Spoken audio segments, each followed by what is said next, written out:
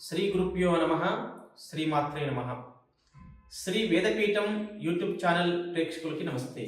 నేడు భారతీయ శాస్త్రాలు చెబుతున్నటువంటి విషయం గురించి కొన్ని విషయాలు మనం తెలుసుకుందాం. ముఖ్యంగా మన శరీర అవయవాలకి దేవతలకు ఉన్నటువంటి సంబంధం ఏమిటి? మన శరీరంలో ఉన్నటువంటి ప్రతి అవయవ, కళ్ళు, ముక్కు, చెవులు, ప్రతి శరీరంలో అన్ని అవయవాలు ఉన్నాయి. ఆ అవయవాలకు ఏ దేవత దానికి ప్రాతినిధ్యం వహిస్తాడు? ఉదాహరణకి మనకి కళ్ళు ఉన్నాయి. కళ్ళు అంటే కాంతినిస్తాయి, వెలుతురునిస్తాయి, జ్ఞానాన్ని కూడా ప్రసాదిస్తాయి. అలాగా ఆ కళ్ళకు సంబంధించినటువంటి దేవత ఎవరు? దానికి వెనకాల ఉన్నటువంటి నడిపిస్తున్న దేవత ఎవరంటే సూర్య భగవానుడు, సవితురుడు అని చెప్తాం. అలాగే రెండో విషయం ఏంటంటే ముక్కు ఉంది. ముక్కుకి ఎవరు దేవుడు అంటే వాయుదేవుడే దానికి దేవత. కాబట్టి ఉచ్ఛ్వాస నిశ్వాసలు జరుగుతున్నాయంటే ఆ యొక్క వాయుదేవుని వల్లనే మనకి ప్రాణం అనేది మిగిలి ఉంటుంది. అలాగా ప్రతి అవయవానికి కూడా మనకు దేవతలుగా ఉన్నారు వీళ్ళు. అలాగే లైంగిక అవయవాలు, దానికి ప్రజాపతి అంటే సృష్టి దేవుడు అని అర్థం, బ్రహ్మ అని అర్థం.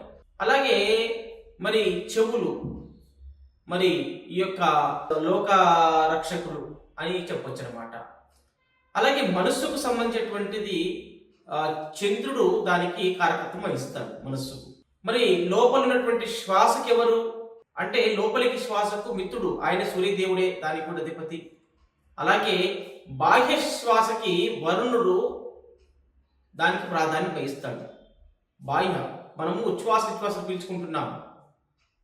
పీల్చుకునేటువంటి శ్వాసకి సూర్యుడు కారకత్వం వహిస్తాడు. బాహ్యానికి వదిలిపెట్టేటటువంటి శ్వాసకి వరుణుడు ప్రాతినిధ్యం వహిస్తాడు. అలాగే ఆయుధాలకి ఇంద్రుడు ఆధిపత్యం వహిస్తాడు, రాజు ఇంద్రుడు అంటే. అలాగా ప్రతి విషయంలో మన శరీరంలో ఉన్నటువంటి అవయవాల ప్రతి అవయవానికి ఒక దేవత అనేవారు ఉంటారు. అది హిందూ ధర్మశాస్త్రాలు చెప్తున్నటువంటి విషయం.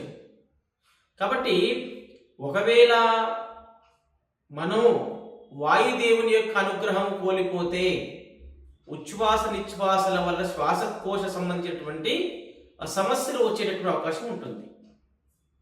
అలా ఏ దేవత మనకి ఎనర్జీ ఇస్తున్నారు? అందుకనే కొన్ని క్షేత్రాలలో ఈ క్షేత్రానికి వెళితే మీకు ఇది నయమవుతుంది, ఈ జబ్బు పోతుంది అని చెప్తుంటారు.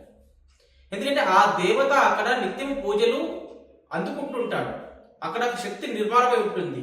ఆ దేవత సంబంధించిన యంత్రాన్ని ప్రతిష్టాపన చేస్తారు అక్కడ. కాబట్టి అక్కడ యంత్రం యొక్క ప్రభావము, ఆ యొక్క విగ్రహం యొక్క ప్రభావము, తర్వాత అక్కడ జరుగుతున్నటువంటి ఆ స్వామికి సేవలు, కైంకర్యాలు ఏవైతే సేవలు చేస్తున్నారో, పూజాది కార్యక్రమాలు, అలాగే యజ్ఞయాగాది క్రతువులు ఏ విధంగా అయితే జరపబడుతున్నాయో అవన్నీ దానికి సంబంధించిన శక్తి అంతా కూడా అక్కడ ఒక వలయంలో, ఒక వలయాకారంలో మనకి అక్కడ నిక్షిప్తమై ఉంటుంది. ఒక వలయ రూపంలో కొంత ఆ దేవుని యొక్క ప్రాంగణము, ఆ చుట్టుపక్కల పరిసర ప్రాంతాల్లో ఆ శక్తి అనేటువంటిది నిబిడీకృతమై ఉంటుంది. కాబట్టి అందుకే ఏ క్షేత్రం ఉన్నటువంటి శక్తిని మనం స్వీకరించడానికి జ్యోతిష శాస్త్రాన్ని అనుసంధానం చేసుకుని, జ్యోతిష శాస్త్రంలో ఈ గ్రహాల యొక్క సమస్య ఉంది అన్నప్పుడు ఆ గ్రహానికి సంబంధించినటువంటి సమస్యలు, ఏ అనారోగ్య సమస్యల చేత బాధపడుతున్నారో ఆ క్షేత్రాలకు వెళితే మనకి ఎనర్జీ వస్తుంది, ఆ క్షేత్రం ద్వారా ఆ వ్యాధి తగ్గుతుంది అనేటటువంటి విషయాన్ని మనకు శాస్త్రాలు చెప్పబడ్డాయి.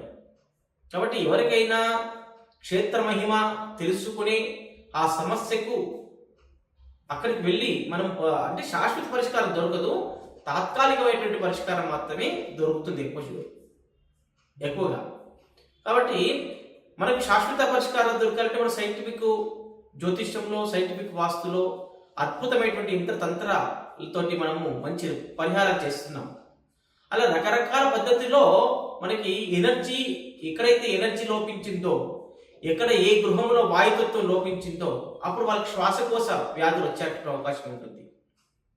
ఏ గృహంలో అయితే చంద్రుని యొక్క లోపం జరుగుతుందో, చంద్రుని యొక్క ఎనర్జీ లేదో అక్కడ మానసిక ప్రశాంతత లోపిస్తుంది. ఏ గృహంలో అయితే సూర్యుని యొక్క శక్తి లేదో అక్కడ కళ్ళు తొందరగా పాడయ్యే అవకాశం ఉంటుంది.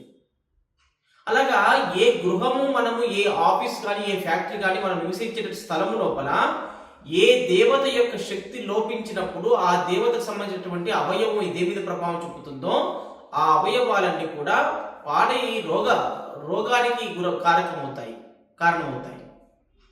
కాబట్టి ఇలాంటి వ్యాధులు రాకుండా ఉండాలంటే సైంటిఫిక్ వాస్తును, సైంటిఫిక్ జ్యోతిష్యం ద్వారా వాటికి అక్కడ ఉన్నటువంటి నెగిటివ్ ఎనర్జీస్ ని రిమూవ్ చేయడానికి ఒక అద్భుతమైనటువంటి రెమెడీస్ అనేటువంటి ఉంది. ఇది కేవలం భారతదేశంలో పుట్టిన శాస్త్రం కాబట్టి భారతదేశానికి వర్తిస్తుందా అని అనుకున్నప్పుడు భారతదేశానికి మాత్రమే వర్తించదు. ఇది ప్రపంచంలో అంతటా నవగ్రహాలు ఉన్నాయి, నవగ్రహాల యొక్క ప్రభావం ఉంటుంది, అంతటా పంచభూతాల యొక్క ప్రభావం ఉంటుంది. 5 ఎలిమెంట్స్ పంచభూతాలు, అగ్నితత్వము, వాయుతత్వము, జలతత్వము, ఆకాశతత్వము అంతటా ఉంటుంది, పృథివీ తత్వము. ఈ తత్వాల యొక్క ప్రభావం ఎక్కడైనా ఉంటుంది, ఏ దేశానికి వెళ్ళినా ఉంటుంది. కాబట్టి అక్కడ ఉన్నటువంటి ఆ నెగిటివ్ ఎనర్జీస్ ఏదైతే పంచభూతాల యొక్క లోపం జరిగిందో ఆ పంచభూతాల వలన ఏ లోపం, ఏ ఎలిమెంట్ వల్ల ఏ ఇష్యూస్ రావాలో అవన్నీ కూడా వస్తూ ఉంటాయి మానవాళికి. కాబట్టి మేము అమెరికాలో ఉన్నాం, మాకు ఏ సమస్యలు లేవు. మేము ఆస్ట్రేలియాలో ఉన్నాం, మాకు ఏ సమస్యలు లేవు. అలా వేరే విదేశాల్లో ఉన్నాం, మేము సింగపూర్లో ఉన్నాం, మాకు ఏ సమస్యలు లేవనే విషయం ఏమి లేదు.